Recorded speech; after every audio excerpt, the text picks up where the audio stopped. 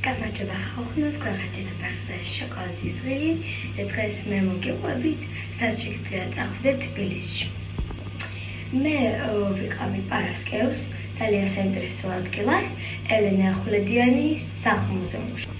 თუ არიცით ვინ არის ელენე ახვლედიანი, ეს არის მხატვარი. მას ძალიან ლამაზი ნახატები აქვს და ხო როგორც გვეკითხარით, მე ვიყავი მის სახლ-მუზეუმში. გადავიღე ძალიან ლამაზი ფოტოები, ვნახე ძალიან ლამაზი მისი ნახატები, გავიგე როგორ ცხოვრობდა, როგორ პირობებში და რა თქმა უნდა დავათვალიერე მისი სახლი. აბა დავიწყოთ. როცა შემოხვალთ, თქვენ დაგვხვდებათ ძალიან ლამაზი ხედი. აი ასე გამოიყურება ფოტო იქნება აი აქ. იქნება გაყოლილი მისი ნახატები. დაინახავთ დედაბოძს, აი ესეთია დედაბოძი.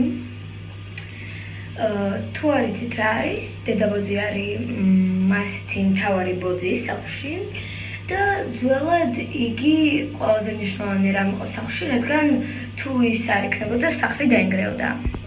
მოკლედ იგი იჭერდა სახლს. როცა თქვენ კიდე შემოხვალთ, თქვენ დაინახავთ უამრავ ღვინოს ჩამოსასვლელს. აი, რომელიც მე ძალიან მომეწონა, ძალიან ლამაზი იყო. შემდეგ თქვენ დაინახავთ მის დასადინებელ ადგილს. აი ესე გამოიყურება. ბოდიში სხვა ადამიანებს თუ დაინახავთ, ჩემი მეგობრებია. ხო, დაინახავთ აი დასადინებელ ადგილს. დიახ, ელენე ახვლედიანს საწოლი არ ქონდა, მას ეძინა ჩვეულებრივ ტახტზე. მის ტახტთან, ასე ვთქვათ, სადინებელ ადგილთან იქნება გრძელი დიდი ღუმელი, სადაც ელენე ახვლედიანი თბებოდა. და ისევე, ის ადგილი იქნება გაკრული ძალიან ლამაზი ნახატებით. რო გამოვიხედოთ მარცხნივ, დავინახავთ, რომ მას ჰქონდა მაგიდა. სადაც მას ჰქონდა მისი ნაცნობების, მშობლების, თავისი თავის და მეგობრების ფოტოები. სადაც მას ჰქონდა საფულეები, ნახატები, ფოტოები და სხვადასხვა რამეები შენახული.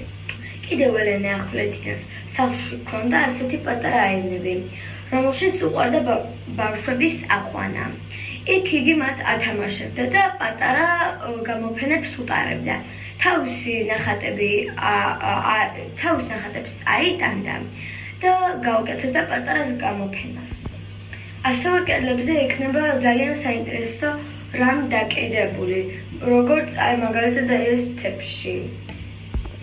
როცა წავიდით ცოტა წინ, ჩვენ ვნახეთ ადგილი, სადაც ელენე ახვლედიანი მუშაობდა. ხატავდა ესკიზებს, თვითონ მაგიდას სადაც ხატავდა და დიდი წიგნების თარო. აი ეს არის განახებთ ახლა რამოდენიმე ელენე ახვლედიანის ნახატს. ასევე როგორც უკვე გითხარით, რასაც ხატავდა. აი აქ დაგიტოვებს ნახატს, ეგ არის თეატრისთვის. აი აქ კიდე მისი ადგილი, სადაც მუშაობდა. ესეც მაგიდა, სადაც ელენე ახვლედიანი ქმნიდა თავის შედევრებს. მოდით დავხედოთ, რითი ხატავდა ელენე ახვლედიანი. ელენე ახვლედიანს ჰქონდა ასეთი მატერიალები, უამრავი ფუნჯი და საღებავი. ესეც კიდე ელენე ახვლედიანის სამუშაო ადგილის სხვა რაკურსიდან. შემდეგ ჩვენ მივედით სამზარეულოში. მე ძალიან გამიკვირდა, ძალიან მომეწონა, ძალიან დიდი იყო სამზარეულო და ძალიან ლამაზი იყო. აი ფოტოები. აი ელენე ახვლედიანის სამზარეულოს ფოტოები.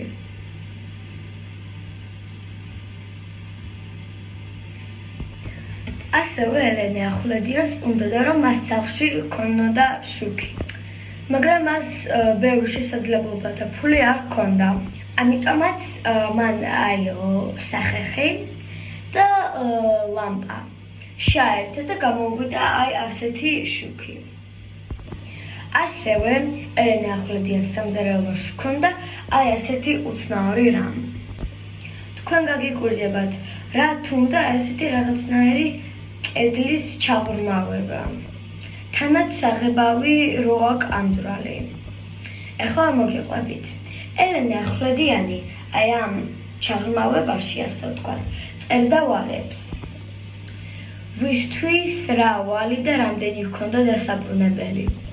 ასევე ელენე ახვლედიანი ბრძანდებოდა წიგნის ილუსტრატორი და სამზარეულოში მისი წიგნის ილუსტრაციებით ჰქონდა გაკრული. აი წიგნების ილუსტრაციები. ამ ილუსტრაციებიდან ასევე ტომ სოიერიც არის.